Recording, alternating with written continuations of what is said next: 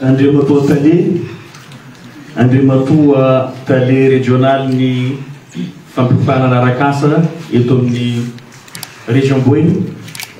Eo koa moa monsieur le conseiller sy ireo ray aman-dreny indrindra ireo mpianatra zay manatrika eto isorako anareo ary mankasitraka ny tenako amin'ny fofony fitiavana amin'ny considération lehibe zay nomenareo ahy ho parainareo amin'izao fivoahanareo taoriana ny ezaka zay nataonareo matoa tonga amin'izao tsika dia tonga satria izany fianarana izany anolova tsara tafitanareo izao amin'ny fianarana zay nataonareo mbola tsy tanjona izay fa mbola dingana.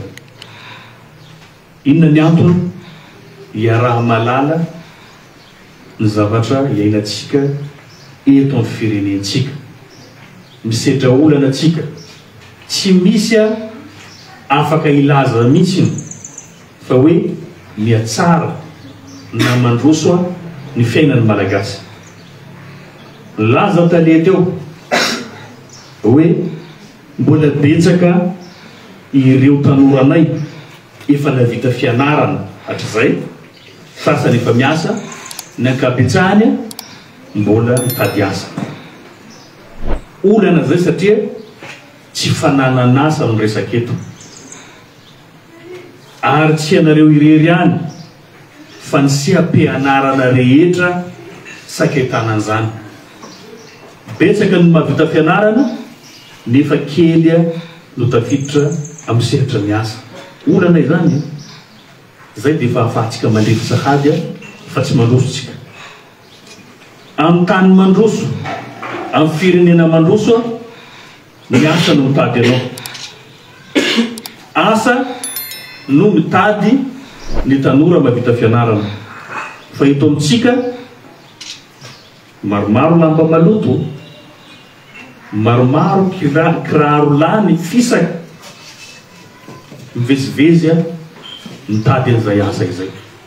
Fa inoako isika ato amin'ny sampana ara-teknika ianareo dia tadiavy ny asa zay le tsy tovizanareo amin'ireo zay nandranto filiera hafa.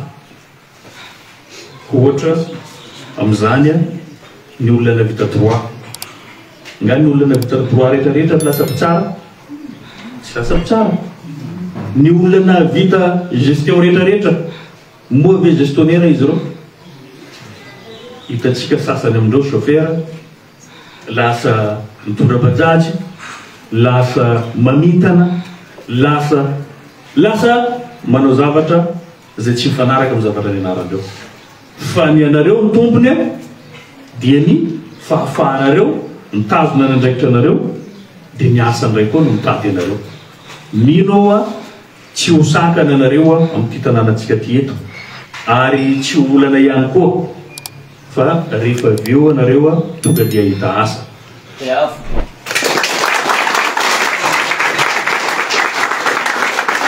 Amin'izay lafin'izay ihany hiezaka aho amin'ny mahasolom-bavam-bahoaka anareo ahy hijery ny antanan-tohatra zay mifanaraka amin'ny resaka fananana asa izay. Misy olana mandalo amintsika eto, ianareo zao nahavita fianarana amin'ny lafiny teknika, nefa mampalahelo izy ty hatrizay ka hatramin'izao adino ny tompona andraikitra eto amintsika fa hoe mananjanaka atsika eto ary mananjafo tsika eto. Misy grand projet atao amintsika eto, olona vaiza no miasa aoka atsika hiteny marina, olona avy amin'ny faritra hafa no entina miasa amintsika eto. Possible zany? Tsisy olona qualifié avy amintsika eto, sa inina atao le izy? Ahoana moa mahalogika zany?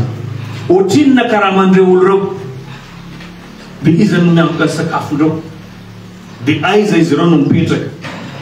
Mitovy ve ny déplacement, misy frais de déplacement avy any, sakafo itovizana.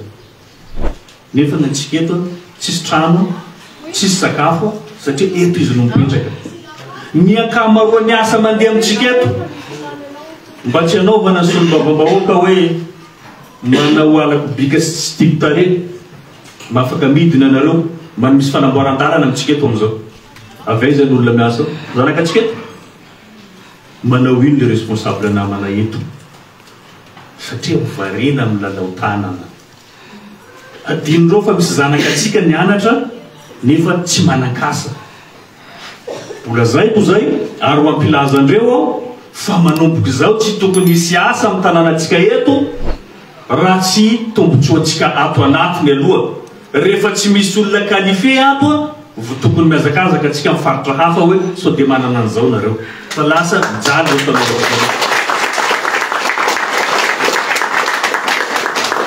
Satria na ny antony mahajanga aloha. Zay le mahajanga aloha io. Zany zavatra azo ifampiresahana amin'ireo tompon'andraikitra concerné na ny ministère afaka ampidirina amin'ny resaka cahier des charges izany. Hoe tsy maintsy tanoranay no miasa ao. Rehefa tsy misy ao zay vao mitady any ankoatratsika. Ohatran'izany ny fomba fisainana ho an'olona tia tanindrazana. Io zany ataontsika manomboka tia ho an'ny firenena mitovitovy amin'izay. Alohany hanafatra olona nareo hiasa amin'ny usine lehibe zay ajory ato amintsika raha tokony ho izy dia ny zanakatsika aloha no hofanina hanao an'izay asa zay vao mitady rokafa raha ohatra ka tsy misy. Fa tsy ny ankamaroany ny toerana tsara rehetrarehetra ho an'ny vahiny fa ny toerana zay aty amin'ny ambanimbany aty amenany zanaka malagasy. Mifanohitra tanteraka amin'ny fitiavan-tanorazana ny fotom-pisainatsika malagasy. Ny olona aloha ny mpiray tanorazana aminy no tiany. Zay vao tia olon-kafa. Fa ny antsika eto Madagasikara contraire an'izay. Ny vahiny loloavintsika an-tampon-doha ny mpiray tanorazana amintsika isaitsika an-tampon-doha. Ny anankiray loloavinao, ny anankiray itsainao. Zany no misy amintsika eto. Ka tokony hovaina zay toe-tsaina izay mba ahafahana manarina ny fiainatsika. Na vita fianarana nareo eto zay mbo niresaka fa tiako ampitaina zay ho antsika satria nareo raha pitso ho tompon'andraikitra, ho lehibe n'orinasa nareo, ho mpandraharaha nareo, ho entrepreneur nareo raha pitso. Tokony prioriser nareo alohany manodidina nareo zay vao mijery ampiarakafa. Zay zavatra zay apetraka. Zany tsy fanavakavahana fa izany no tena izy. Satria ny olona ankamaroany olona miasa amin'ny orinasa ivelany faritra zay misy antsika dia ny avy eo amindreo aloha zay mijery amin'ny ampiarakafa. Ka eto ao mitsodrano anareo aleo alasa amin'ny ezaka zay nataonareo. Izaho araky ny nambarako teo aloha teo mbola tsy tanjona zao fa dingana ampio raha azo mbola ampina tohizo ny fianarana mbola azo atao. Fa rehefa miditra misehatra miasa dia miasa tsara. Mila miasa tsara. Rehefa manao zavatra mateza. Satria zavatra resahana teo resaka mekanika auto, resaka teknika, ny resaka ihany koa amin'ny lafiny resaka asa dia tokony mipetraka ny mahamatianina fa tsy manao zavatra totoa. Lasa manjary miverina milaza ny ekôly zay namoaka anareo zay zavatra izay. Ary eto koa moa zany dia mankahery anareo ray aman-dreny rehetrarehetra nanosika ny zanany hianatra.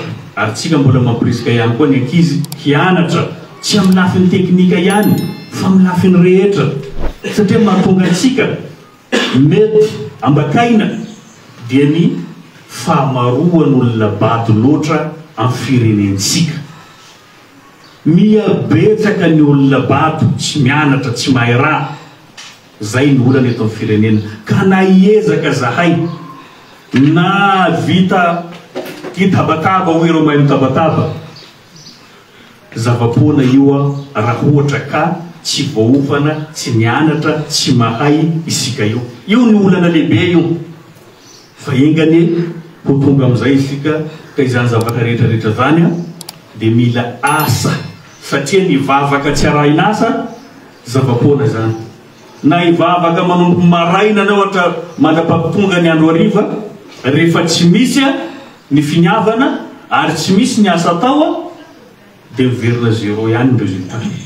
Ka eto makasitraka ary makahery ianareo ray aman-dreny na hatody ianareo mpampianatra moa tafito anatin'izay satria ny mpampianatra koa ray aman-dreny na hatody an'ireto ankizy reto tafita amin'izao adingana zay lalobondreo zao ary koa eto mitsodrano anareo mba ho tafita koa anareo amin'ny fiainanareo ka makasitraka tompoko lahy makatelina tompoko vavy.